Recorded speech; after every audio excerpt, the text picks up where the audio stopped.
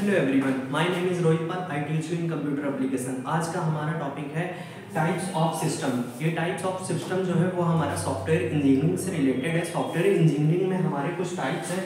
वैसे तो हमारे 4 टाइप्स होते हैं, जिसके बारे में मैंने फर्स्ट वीडियो में, इससे पहले मैंने स्टैटिक एंड डायनेमिक के बारे में बताया था। इसमें थोड़ा सा बस डिटेल में है क्योंकि वो वीडियो थोड़ी सी लॉन्ग हो जाती है, इसलिए आप यहाँ पर देख सकते हैं टाइप्स ऑफ सिस्टम के बारे में यहाँ पे डिनोट करा गया, जिसमें हमारे 4 टॉपिक आते हैं। पहला होता है ओपन सिस्टम, दूसरा होता है सेकंड होता है हमारा क्लोज सिस्टम, थर्ड होता है हमारा static system and static system के साथ साथ इसको स्टैटिक नेचर भी बोल सकते हैं। ओके, फोर्थ होता है हमारा डायनेमिक सिस्टम या नेचर। इसमें हम डायनेमिक सिस्टम या नेचर बोल सकते हैं, ठीक है। डायनेमिक सिस्टम, डायनेमिक नेचर भी आप बोल सकते हो, डायनेमिक सिस्टम भी बोल सकते हो। इसके साथ ही साथ इसमें हम स्टैटिक सिस्टम बोल सकते हैं, स्टैटिक नेचर भी बोल सकते हैं, ठीक है। टाइप्स ऑफ सिस्टम में हमारे 4 प्रकार की बात हो रही है, जिसमें सॉफ्टवेयर इंजीनियरिंग में इसमें हमारा क्या बात होती है ये मैं आपको विस्तार से बताता हूँ। फर्स्ट टॉपिक है हमारा, फर्स्ट जिसके बारे में बात हो रही है वो हमारा ओपन सिस्टम। ओपन सिस्टम होता क्या है, जैसा कि मैंने पहले ही यहाँ पे लिख दिया है, टाइप कर दिया है, इंटरेक्ट्स द आउटसाइड एनवायरनमेंट। जो भी हमारा सॉफ्टवेयर, जब भी हम किसी सॉफ्टवेयर को जनरेट करते हैं तो सॉफ्टवेयर हमारे बाहरी एनवायरनमेंट, जैसे डेवलपर है वो यूजर की रिक्वायरमेंट के आधार पर हमारा सॉफ्टवेयर डेवलप कर रहा है, ठीक है। तो यूजर की जैसी रिक्वायरमेंट है उसके आधार पर आप सॉफ्टवेयर डेवलप तो कर रहे हो, बट वो इन्वायरमेंट में जो बाहर सबका आउटसाइड इन्वायरमेंट है, जो यूजर है, जो डेवलपर से सॉफ्टवेयर डेवलप करा रहा है, वो यूजर किस लिए सॉफ्टवेयर डेवलप करा रहा होगा? कोई पोस्ट के लिए, किसी वर्क के लिए, किसी फील्ड के लिए, किसी कोई टॉपिक से रिलेटेड होगा ना। वो जिस टॉपिक से रिलेटेड होगा सॉफ्टवेयर डेवलप किया जाएगा, वो टॉपिक जो हमारा होगा उसके लिए हमारा इंटरेक्ट द आउटसाइड इन्वायरमेंट, जो बाहरी इन्वायरमेंट है, जो बाहरी वातावरण है, उसमें हमारा सॉफ्टवेयर वर्क करेगा भी नहीं। पता चला यूजर की कॉस्ट से, यूजर ने कॉस्ट लगा दी, डेवलपर से सॉफ्टवेयर जनरेट करवा दिया। डेवलपर क्या करेगा? उसको तो बेनिफिट्स ही है, क्योंकि उससे तो बस सॉफ्टवेयर डेवलप करने से मतलब है, अपने पैसों से मतलब है। वो यूजर की रिक्वायरमेंट के आधार पे आपको सॉफ्टवेयर डेवलप करके दे देगा। बचा है अब सॉफ्टवेयर काम कैसे करे, काम तो करेगा ही, लेकिन सॉफ्टवेयर जो यूजर ने बनवाया है, जो सॉफ्टवेयर आपने डेवलप करा है, वो सॉफ्टवेयर किस लिए डेवलप करा है? उसका कोई रीजन होगा ना सॉफ्टवेयर डेवलप करने का।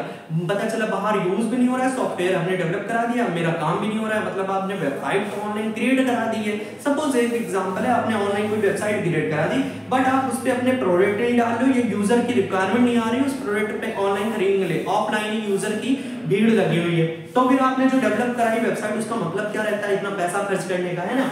तो यहाँ पर बात हो रही टाइप्स ऑफ सिस्टम में हमारा open system, interact the outside environment. जो हमारा ओपन सिस्टम है वो बाहरी एनवायरनमेंट से इंटरेक्ट करेगा। सपोज आउटसाइड से कोई भी इनपुट रिसीव भी करेगा और डिलीवर भी करेगा। मान लो आउटसाइड से किसी यूजर की ई-कॉमर्स वेबसाइट में लेता हूं, कोई यूजर है, उसने आउटसाइड ही तो है आपके सॉफ्टवेयर से रिलेटेड, वो बाहरी यूजर है, उसने क्या करा? उसने कुछ भी पे करा, कोई पसंद करा ड्रेस वगैरह, ठीक है, ई-कॉमर्स वेबसाइट पे कोई गारमेंट्स वगैरह की कोई ड्रेस पसंद करी और उसने पेमेंट करी, आउटसाइड से पसंद करी है, इनपुट दिया, इनपुट रिसीव भी करेगा और वो जो हमारा सॉफ्टवेयर होगा वो इनपुट जो आ रहा है वो रिसीव भी कर रहा है और हमें डिलीवर्ड भी कर रहा है कि भैया ये इनपुट है और रिसीव करा और देन डिलीवर कर दिया। लेकिन इसी का उल्टा हमारा होता है क्लोज सिस्टम। ये क्या होता है? ये क्लोज्ड होता है। इसमें क्या होता है? इसमें क्लोज्ड नहीं होता है, ये ओपन होता है। इनपुट और देन रिसीव, जैसा इनपुट वैसा ही हमारा आउटपुट रिसीव करके दे देगा, ठीक है। आउटसाइड से इनपुट रिसीव करेगा और डिलीवर भी करेगा। यहाँ पर क्या होता है? क्लोज होता है। नहीं, हमारा जो सॉफ्टवेयर है वो अभी इनपुट और डिलीवर क्लोज्ड है पूरा तरीके से, क्लोज सिस्टम, प्राइवेसी है यहाँ पर share data and information. Second इसका टॉपिक है नो इंटरेक्ट द एनवायरनमेंट। ये बाहरी वातावरण से इंटरेक्ट नहीं करेगा। प्राइवेसी लगा है, आप यूज नहीं कर सकते हो, सॉफ्टवेयर में कुछ कंडीशन लगी है, भी बाहरी वातावरण से इंटरेक्ट नहीं करेगा। कुछ कंडीशन वगैरह अप्लाई करी हुई है, जहां पर जैसे हमें मेल आईडी सिक्योर जैसी कुछ वेबसाइट होती है जहां पर मेल आईडी आपको लॉगिन ही करना अनिवार्य है। अगर आप लॉगिन नहीं करोगे तो फिर क्या होगा? आप उस सॉफ्टवेयर एप्लीकेशन पे या उस वेबसाइट को आप रन नहीं कर सकते हो। कुछ कंडीशन अप्लाई होती है, कोई भी सॉफ्टवेयर हम इंस्टॉल करते हैं तो कुछ हमारी टर्म्स एंड कंडीशन होती है। उस सॉफ्टवेयर का यूज जब आप कर रहे हैं तो उसमें कुछ हमारी जो यूज होने वाली कंडीशन उनके बारे में यहाँ पे बताया गया। तो क्लोज सिस्टम ये क्लोज होता है, नो इंटरेक्ट द एनवायरनमेंट्स, बाहरी वातावरण से इंटरेक्ट नहीं करता। इसके साथ ही साथ no share data and information, आपके डेटा और इंफॉर्मेशन को भी शेयर नहीं करेगा। बहुत ही सिक्योर प्राइवेसी हमारा नेटवर्क है। कौन सा? Close system. ये जो क्लोज सिस्टम है ये हमारा बाहरी वातावरण से हमारा इंटरेक्ट नहीं करेगा, इसके साथ ही साथ शेयर नहीं करेगा डेटा एंड इंफॉर्मेशन, आपके डेटा और इंफॉर्मेशन को शेयर नहीं करेगा। इसके बाद हमारा नेक्स्ट टॉपिक आता है इसी का एक टाइप है स्टैटिक सिस्टम। स्टैटिक सिस्टम को हम स्टैटिक नेचर भी बोल सकते हैं, इसको हम स्टैटिक सिस्टम को हम स्टैटिक नेचर भी बोल सकते हैं, ठीक है। यहाँ आप ध्यान दीजिएगा, स्टैटिक सिस्टम भी लिख दीजिए, स्टैटिक नेचर, डेफिनेशन पूरी वही है। यह स्टैटिक मींस फिक्स। स्टैटिक मैंने बताया था, कोई भी स्टैटिक वेबसाइट है वो क्या होती है, फिक्स होती है, एक बार बना दी, जनरेट कर दी, बाद में चेंजेबल नहीं है, उसमें हम चेंज नहीं कर सकते हैं। इसके साथ ही साथ इसमें होता क्या, फिजिकल रिलायबल है। ये हमारा जो स्टैटिक होता है वो हमारा फिजिकल रिलायबल होता है। फिजिकल मतलब बाहरी वातावरण से हमारा रिलायबल है। इसके साथ ही साथ आउटसाइड डिपेंड ऑन इनपुट, जैसा भैया आप आउटपुट दोगे जैसा आप इनपुट दोगे वैसा ही हमें आउटपुट मिलेगा। आउटसाइड डिपेंड्स, आउटसाइड जो आउटसाइड कह रहा हूं मैं, आउटपुट जो है वो आउटपुट इस पे डिपेंड्स है, इनपुट पे। Output depends on input, output हमारा डिपेंड करता है इनपुट पे, जैसा इनपुट दोगे वैसा आउटपुट मिलेगा। आपने जिस प्रकार का जो चीजें कंडीशन वगैरह सर्च करोगे यूट्यूब पे वैसे ही तो हमें आउटपुट मिलेगी, ठीक है। तो यहाँ पर हमारी बात होती है static system and static nature की, जहाँ पर हमारा डिपेंड्स करता है जैसा आप इनपुट दोगे वैसा ही हमें आउटपुट मिलेगा। ओके, सेकंड पॉइंट आता है, फिर इसके बाद हमारा फोर्थ नंबर आता है ये हमारा डायनेमिक सिस्टम, जिसको हम डायनेमिक नेचर ही बोलते हैं। इसमें क्या होता है, dynamic means fix, dynamic means होता है नो फिक्स। डायनेमिक जो नेचर होता है वो हमारा चेंजेबल होता है, मतलब कि बदलता रहता है। ये हमारा नो फिक्स है। नो फिक्स कहने का मतलब है कोई भी डायनेमिक वेबसाइट है, अभी मैंने बताया था इससे पहले वीडियो में, मेरी फर्स्ट वीडियो में सॉफ्टवेयर इंजीनियरिंग की, कि आपका जो डायनेमिक वेबसाइट होती है वो चेंजेबल होती रहती है, वो बदलती रहती है। जैसे कि कोई प्रोडक्ट में मान लो सपोज आपके एड्स आ रहे हैं, तो आप दोबारा अगर रीलोड करोगे या रिफ्रेश कर दोगे पेज को, तो जब पेज खुलेगा तो आपके एड हो सकता है बदल जाए, यही तो होता है जनरली। तो डायनेमिक नेचर हमारा क्या है, बदलता रहता है, कुछ ना कुछ चेंजेबल होता रहता है, ठीक है। इसके बाद आता है हमारा नो फिजिकल रिलायबल। इसमें क्या होता है, हमारा फिजिकल रिलायबल नहीं है। फिजिकल रिलायबल क्या है, नहीं होता है। कौन, डायनेमिक नेचर या डायनेमिक सिस्टम। ओके, इसके बाद हमारा है आउटपुट।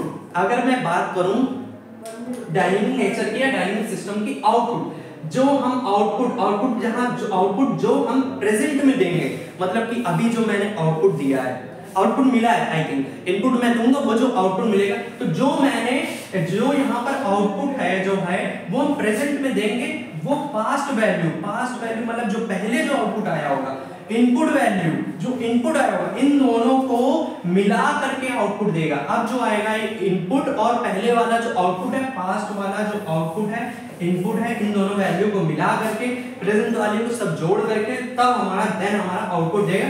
आउटपुट चेंज होता है, आउटपुट यहाँ क्या होता है, डायनेमिक होता है, तो चेंज होता रहता है, क्योंकि ये डायनेमिक नेचर का है, ठीक है। ये पॉइंट आप लाइन ध्यान रखिएगा।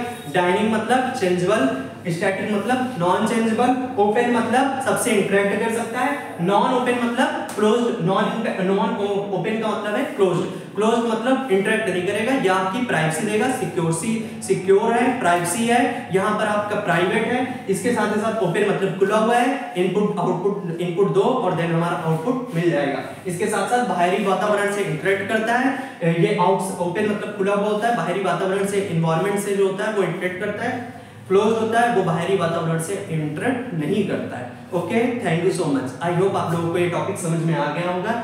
मिलते हैं नेक्स्ट वीडियो में। ओके, आप चैनल को सब्सक्राइब जरूर करिएगा, इसके साथ ही साथ बेल आइकन दबा दीजिएगा, जिसके कारण होगा ये कि जो भी मेरी वीडियो अपडेट होगी वो आपको प्रॉपर पता चलती रहेगी। ओके, आप लोग सीन करिएगा, वॉच करिएगा। इसके साथ ही साथ आप वीडियो को जितना हो सके उतना शेयर करिए। किसी को अगर इस टॉपिक से रिलेटेड, सॉफ्टवेयर इंजीनियरिंग सब्जेक्ट से रिलेटेड कोई भी इंफॉर्मेशन चाहिए, नेटवर्क, इससे पहले मैंने 2 ट्यूटोरियल और भी अपलोड करे हैं, network, internet and web designing, जिसमें हमारा data communication and computer network का भी मैंने उसी में अरेंज करके पूरी एक ही ट्यूटोरियल में आपकी सारी वीडियोस अपलोड कर दी। उसमें कुछ और मेरी अपडेट आएंगे, जितनी अपडेट होता रहेगा वो वीडियो हमारी अपलोड हो जाएंगे। ओके, इसके साथ साथ मैंने कंप्यूटर फंडामेंटल्स ऑफ कंप्यूटर की वीडियो अपलोड करी है, आप लोग चैनल पे देख सकते हैं। ओके, प्लेलिस्ट पे पहले से ही वहां पर फिक्स करके सब अरेंज करके मैंने डाटा रख दिया। Okay, thank you so much, मिलते हैं नेक्स्ट वीडियो में।